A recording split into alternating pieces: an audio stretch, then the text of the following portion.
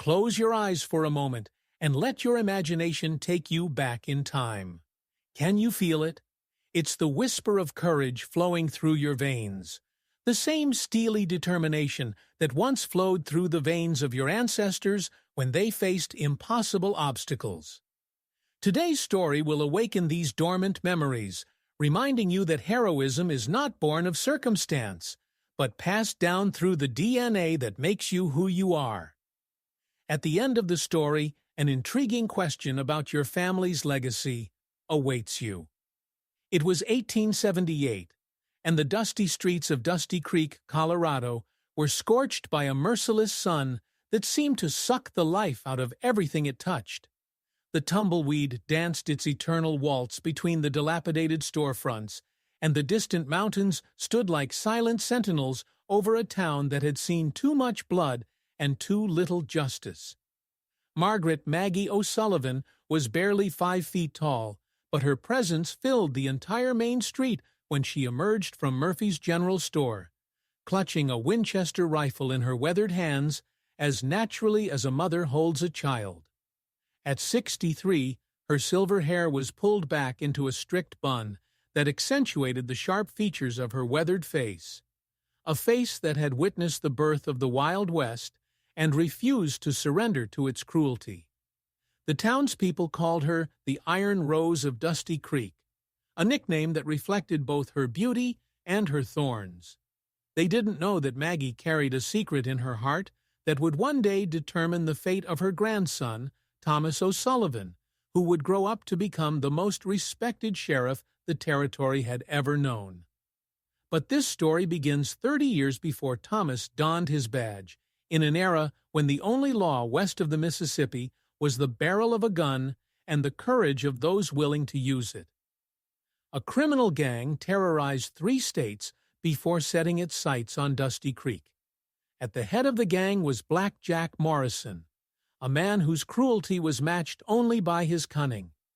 The gang consisted of 7 of the most ruthless criminals ever to roam the frontier trails. Their reputation preceded them like the shadow of death itself. Entire towns were emptied at the mere rumor of their approach. Black Jack Morrison was a giant, 6 feet 4 inches tall, with arms like tree trunks and eyes that seemed to contain all the darkness of a moonless night. His black beard, streaked with premature gray from years of violence, framed a mouth that rarely smiled, except when inflicting pain. A scar running from his left temple to his jaw served as a constant reminder of a knife fight in Tombstone that had left 3 men dead, and Black Jack with a thirst for blood that nothing could quench. His lieutenant, Snake Eyes Rodriguez, earned his nickname for his ability to kill without changing his expression, his cold stare as deadly as a rattlesnake's strike. The other 5, Dynamite Pete, Iron Horse Mackenzie, Whiskey Bill, Coyote Tom, and Deadshot Danny, each had their own reputation as killers and outlaws. Historical records from Colorado archives show that the Bloody Gang was responsible for more than 40 documented murders and countless robberies in the late 1870s. They perfected a system of terror that began with reconnaissance, followed by isolation of the target, and ended with complete domination through fear and violence. On that fateful Tuesday morning in September 1878, clouds of dust on the eastern horizon heralded their arrival long before the thunder of hooves reached the town. Maggie O'Sullivan stood on the wooden sidewalk in front of Murphy's store, her keen eyes watching the approaching horsemen, while other townspeople scattered in search of cover like rabbits fleeing the shadow of a hawk. The gang rode down Main Street in formation, their horses' hooves creating a rhythm like a funeral drum. Black Jack Morrison sat on his black stallion, surveying the town with the calculating gaze of a predator assessing its prey. His cold eyes scanned the closed windows and locked doors until they settled on a lone figure standing defiantly in the middle of the street. Maggie O'Sullivan stood directly in front of the only bank in town, her Winchester at the ready but not yet raised. Her gray dress, practical and unadorned, fluttered slightly in the desert wind, but her posture remained as firm as the mountains themselves. "Well, well," Blackjack said slowly, his voice tinged with the lazy menace of a man accustomed to absolute power. "Looks like we've got a welcoming committee. Tell me, old woman, where's your sheriff?" "He died 3 months ago," Maggie replied, her voice carrying down the street with surprising force. "Tuberculosis took him."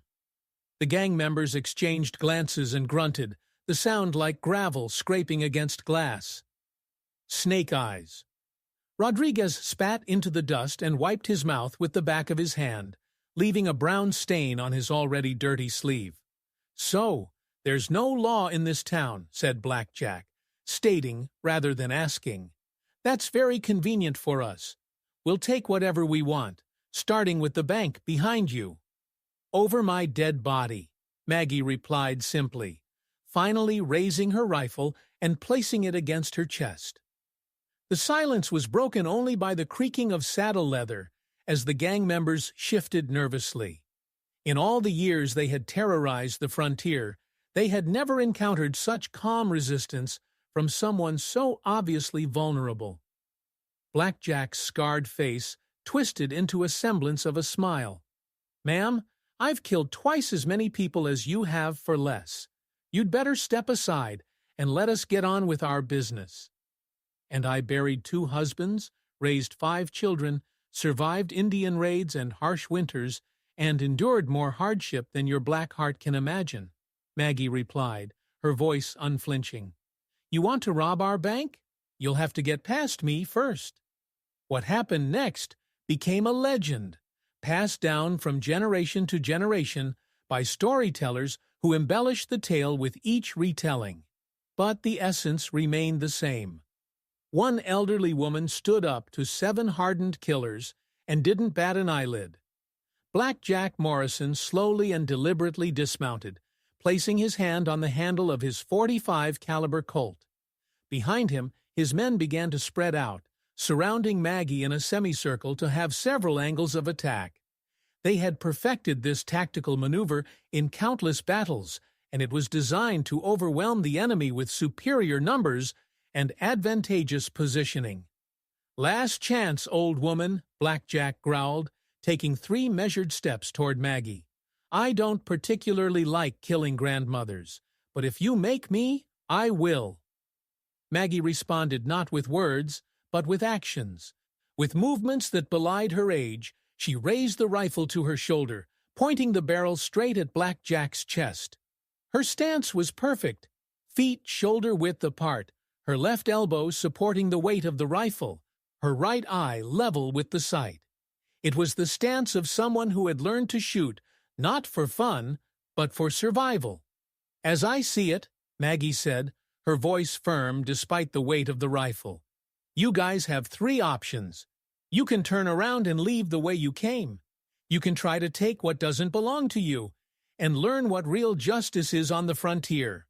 Or you can stand here all day while I decide which one of you deserves a bullet more." Behind closed shutters and barred doors, the residents of Dusty Creek held their breath. Children pressed against the windows, their mothers pulling them back into the shadows. Men who had fought in the Civil War and survived Indian attacks felt their hearts pound as they watched one brave woman stand up to overwhelming odds. Historical accounts of survivors, recorded many years later by the Colorado Historical Society, described the tension as so thick you could cut it with a knife. The standoff lasted what seemed like an eternity, but probably no more than 2 minutes, though in moments of life and death, time seems to stretch out like taffy. Snake eyes. Rodriguez made a fatal mistake when he reached for his gun. The movement was barely noticeable. He only moved his hand slightly toward the holster, but Maggie's experienced eye spotted it instantly. Her Winchester thundered like a clap of thunder, and the bullet struck its target with devastating accuracy. Snake eyes. Rodriguez fell from his saddle, his unloaded pistol falling into the dust beside his lifeless body. The shot echoed through the surrounding buildings like a battle cry and reverberated off the canyon walls beyond the city. Smoke rose from the barrel of Maggie's rifle as she smoothly reloaded the weapon, inserting a new cartridge into the chamber with a metallic click that sounded as final as a coffin lid closing. "Anyone else feeling uneasy?" she asked in a pleasant tone, as if she had just asked about the weather. "Not killed a man." The rest of the gang froze in their saddles, their hands hanging uncertainly near their weapons. In all the years they had terrorized the border, they had never encountered anything like this. Standing before them was a woman who could have been their mother, and who had just demonstrated both her ability and her willingness to kill without hesitation. Blackjack Morrison's face paled beneath his tan. He stared at the body of his lieutenant, then at the woman who had killed him. For the first time in his brutal career, he truly doubted what to do next. "You've just made a big mistake, lady," he said, but his voice lacked its former confidence. "No," Maggie replied, already pointing the barrel at Blackjack himself. "Your mistake is thinking that I'm helpless just because I'm old. Your mistake is thinking that without the sheriff, this town is defenseless. And your biggest mistake is not listening when I gave you the chance to leave. What followed was a masterclass in psychological warfare that would have impressed Sun Tzu himself. Instead of engaging in a conventional shootout, Maggie began systematically undermining the gang's confidence with carefully calculated threats. "Dynamite Pete!" she shouted, pointing her rifle at a nervous-looking man in the far left corner. "That's your name, right? Because you like to blow things up." Dynamite Pete, a wiry man with trembling hands and wild eyes, nodded reluctantly. "Well, Pete, I have dynamite too," Maggie continued, patting her rifle. "The difference is that mine is more accurate. Tell me, how good are you with that gun when someone's shooting at you?" Before Pete could answer, she pointed the rifle at Iron Horse Mackenzie, a huge man nicknamed for never backing down in a fight. "And you, Iron Horse, they say you're a tough nut to crack, but I doubt you'll have the strength to swallow a bullet and keep going, because that's exactly what you're going to do." She addressed each member of the gang by name and nickname, demonstrating not only that she knew who they were, but that she had analyzed their strengths and weaknesses. This was not random bravery. It was a calculated strategy by someone who understood that fear can be a weapon more powerful than any gun. Historical records show that Maggie O'Sullivan had indeed prepared well. Through letters to other sheriffs and conversations with traveling merchants, she had gathered detailed information about the methods, personalities, and psychological types of the members of the Bloody Gang. She knew that Blackjack was vain, that Snake Eyes was afraid of ambushes, and that Dynamite Pete was a coward who relied on explosives because he couldn't shoot. As Maggie continued her psychological attack on the gang, something amazing began to happen. One by one, the residents of Dusty Creek began to emerge from their hiding places. The first to emerge was old blacksmith Henrik, with a huge hammer in his hands and determination in his eyes.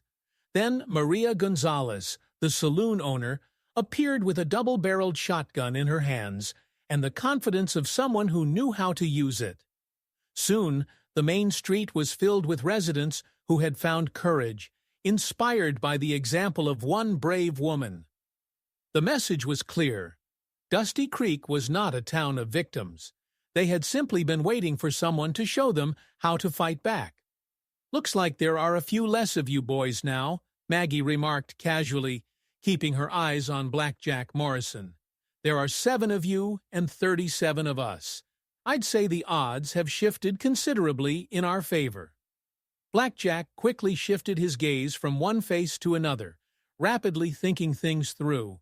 Even if they managed to kill Maggie, and that seemed increasingly unlikely, they would have to face an entire town united against them. The easy prey they had expected to find had turned into a dangerous enemy. But Blackjack Morrison hadn't lived on the frontier all those years by being stupid. He knew how to recognize a hopeless situation, and his instinct for self-preservation was stronger than his pride. "This isn't over, old woman," he growled, pulling his horse away from the crowd. No one can make Black Jack Morrison look like a fool and live to tell the tale? Then you'd better make peace with whatever god you pray to, Maggie replied, because I'm going to live long enough to see my grandson grow up and become a better man than you. As Crimson's gang prepared to retreat, Maggie O'Sullivan did something that cemented her legend forever. Instead of simply letting them go, she issued a warning that would echo throughout the territory for years to come. "Black Jack Morrison," she shouted, her voice carrying the force of a divine sentence.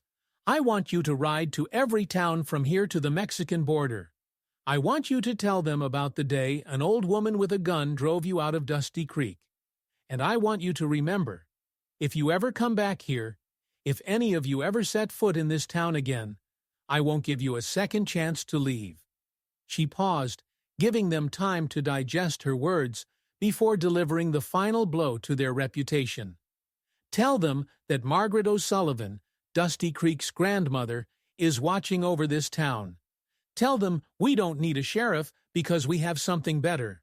We have each other, and we have the will to defend what is ours." The psychological effect of her words was stunning. Not only had she defeated them, but she had demanded that they admit defeat themselves. For people whose power came from their fearsome reputation, being forced to publicize their humiliation was worse than death. Black Jack Morrison's face went through a whole range of emotions: rage, humiliation, and finally, reluctant respect.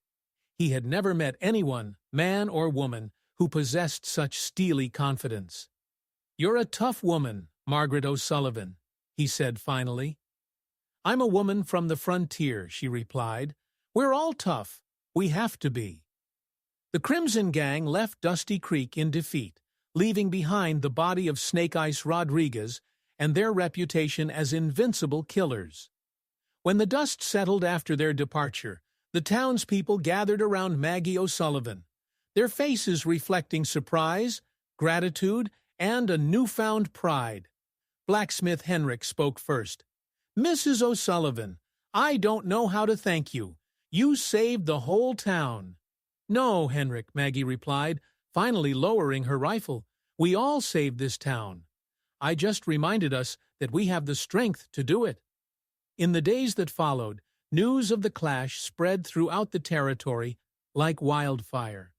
The story grew with each retelling, but the essence remained the same. One old woman had stood up to the most feared gang in the county and sent them running.